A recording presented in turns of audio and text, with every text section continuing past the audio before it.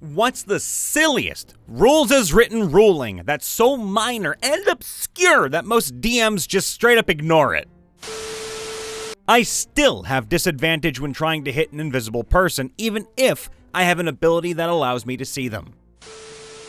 Switching weapons is an action in combat. This rule often leads to players dropping their weapon and drawing a new one as a free action. It adds nothing to the challenge or enjoyment of the game, mind you, and can slow down gameplay. So I just ignore this restriction. If you want to switch from your dagger to your crossbow, oh, just do it. The only exception would be if there are extenuating circumstances that would make switching weapons more difficult. A raven can carry a maul. In general, the carrying capacity rules really break down at the extremes. You can perform somatic components of spells with the same hand that is wielding a focus, but only when the spell also has material components. If the spell has somatic but no material components, then you need a completely free hand. I can't be bothered to enforce that. In 5th edition, an attack with a melee weapon is actually different from a melee weapon attack. This rule prevents things like a paladin divine smiting with an unarmed strike. Thus I imagine many DMs, ignore this rule and let the divine slaps commence. Technically, with Magic Missile, you roll 1d4 and then apply that roll to all 3 missiles. Nobody does this because, honestly, more dice is more fun.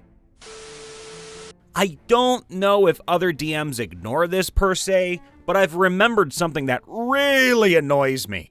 Plant growth technically isn't difficult terrain, so effects like freedom of movement shouldn't apply by rules as written. Plant growth isn't a magical effect because the spell is instantaneous, and the plants are ordinary. The spell description just says you must spend 4 times the movement, unlike other effects that specifically state they are difficult terrain. I've never seen the rule about death-ending attunement enforced, where if a character is revived, they have to spend a number of short rests reattuning to each of their items one by one.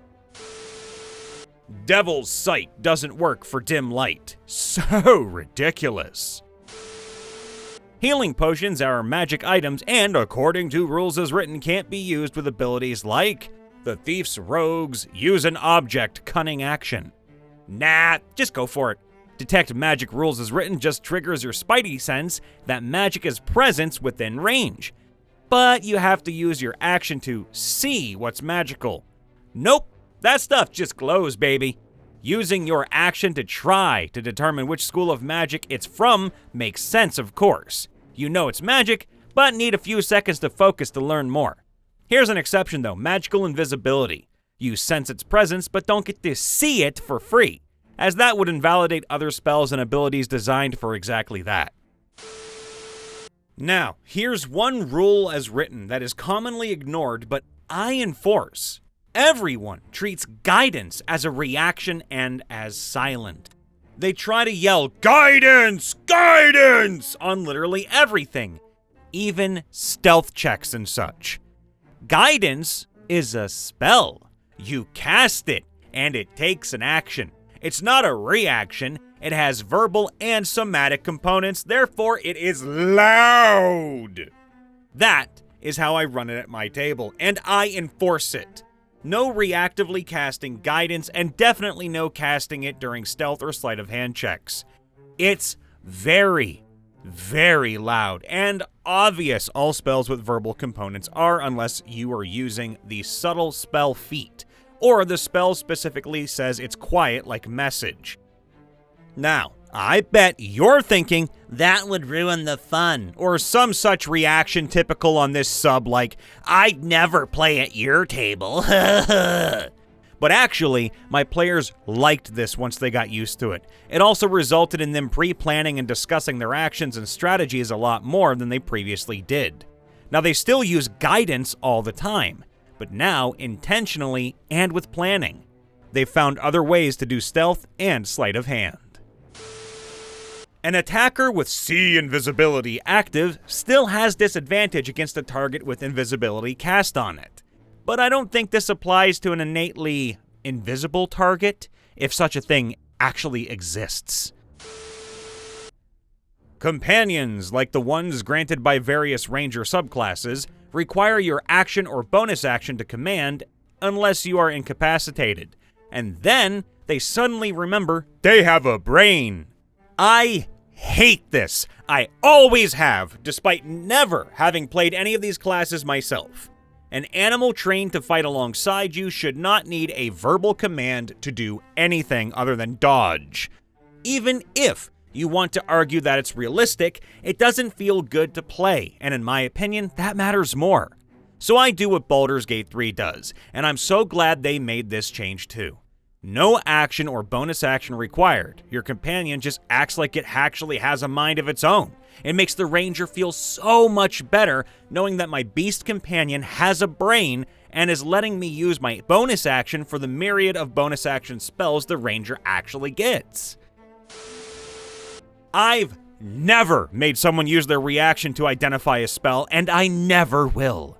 Enemy spellcasters are already underused, and Counterspell doesn't get to shine enough for what it costs in terms of resources.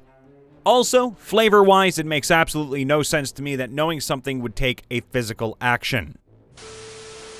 The Steel Defender thing isn't even a ruling, it's just how they wrote the description.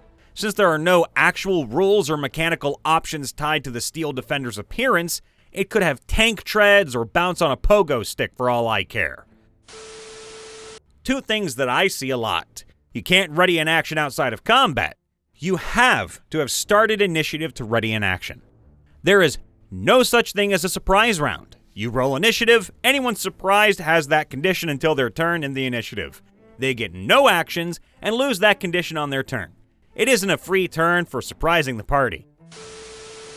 Revivify targets a creature. Corpses aren't creatures. They're objects. Every resurrection spell uses the same wording. This means that resurrection isn't possible, rules as written. Oh my. I think this is a common one, but we ignore material components for spells unless they have a high cost.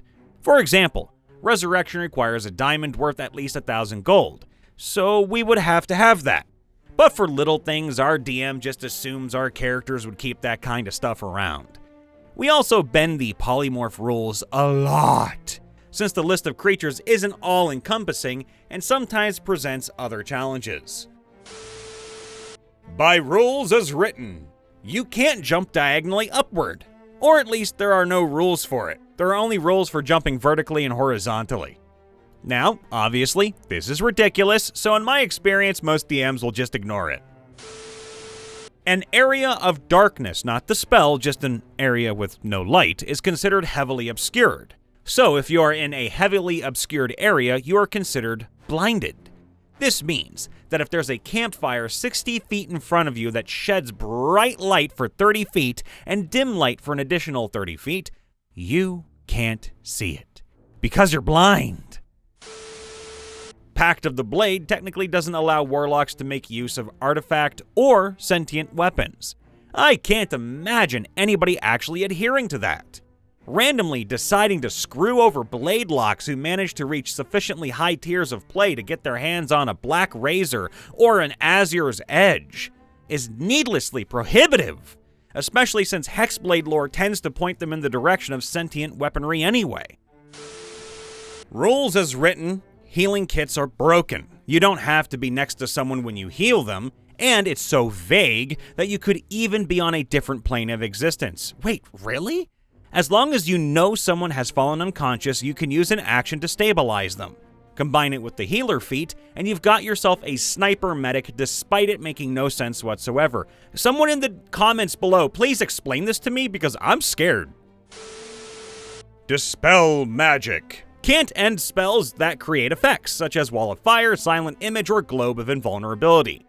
This is due to the wording in Dispel Magic about selecting a target. Choose one creature, object, or magical effect within range. Any spell of 3rd level or lower on the target ends. Effect spells aren't on a creature, object, or magical effect, so Dispel Magic can't technically affect them. But I'd be astonished if any DM actually enforced that restriction. Probably the wording on Eldrich Blast. Firebolt allows you to target a creature or object, for example, while Eldrich Blast only targets creatures according to rules as written. Most DMs I've seen ignore this rule, of course, as it's kind of against rules as interpretation. But if it's handled strictly by rules as written, you could use Eldritch Blast as a mimic finder. Just keep trying to blast every object in a room. If no Eldritch Blast happens, it's a regular object. If you suddenly blast a random chest, oh, now you know it's a mimic. Once you've been charmed by a vampire, it's eternal. The text reads, "Charm. The vampire targets one humanoid it can see within 30 feet of it. If the target can see the vampire, the target must succeed on a DC 17 Wisdom saving throw against this magic, or be charmed by the vampire. The charmed target regards the vampire as a trusted friend to be heeded and protected. And as long as the vampire never attacks you, you're friends for life, baby." Spirit Guardians is a kind of a tricky one. It isn't considered difficult terrain for your enemies, and it halves their movement. So if you start your turn in the aura, your speed is halved for that turn, even if you leave the aura. Also, if you use at least half of your movement to enter the aura, suddenly your speed is halved, and you can't move anymore that turn. But that's annoying, and doesn't make much sense, so I just roll it as difficult terrain. It's already a powerful enough spell without stacking other difficult terrain effects. These days, many groups know and play by the rule that if you cast a spell as a bonus action, you can only cast cantrips with your action that turn. So, a sorcerer with Quickened Spell can still only cast one leveled spell per turn unless they multi-classed into Fighter for Action Surge. What many people don't know, or simply ignore because it's pretty stupid, is that rules as written, this same rule also prevents you from casting spells as a reaction during your turn if you already cast a bonus action spell. Meaning, if you cast Fireball normally and you get counterspelled, you can counterspell back. But if you quickened the Fireball, you can't. Don't jump. Rules as written, jumping can kill you if you've got the ability to hit 10 feet for any reason. If you want to build a parkour character, a Harengon, or just have the stats feats to jump, then you're going to be taking a lot of damage.